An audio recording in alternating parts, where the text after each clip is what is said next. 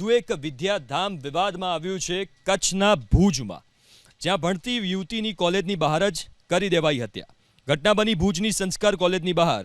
કોલેજમાં ભણતી વિદ્યાર્થિનીની ગાંધીધામમાં તેની જ પાડોશમાં રહેતા મોહિત નામના યુવકે કોલેજની બહાર ગળું કાપીને નિર્મમ હત્યા કરી, જ્યાં ટૂંકી સારવાર બાદ યુવતીનું મોત થયું. લોહીલુહાણ હાલતમાં યુવતીને હોસ્પિટલ લઈ જવામાં આવી હતી. ટૂંકી સારવાર બાદ તેનું મોત થયું. પોલીસને જાણ કરતાં જ પોલીસે સ્થળે પહોંચીને તપાસ કરતા પ્રાથમિક વિગતો અનુસાર મૃતક યુવતી કોલેજમાં પ્રથમ વર્ષ BCAમાં અભ્યાસ કરતી હતી અને 1 મહિના પહેલા તેણે કોલેજમાં એડમિશન મેળવ્યું. પોલીસે તપાસ કરતા આરોપી યુવક ગાંધીધામના ભારતનગરમાંથી ઝડપાયો છે.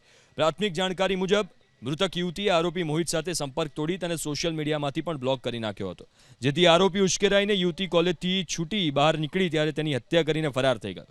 પોલીસે આરોપીની સામે કાર્યવાહી શરૂ કરી છે.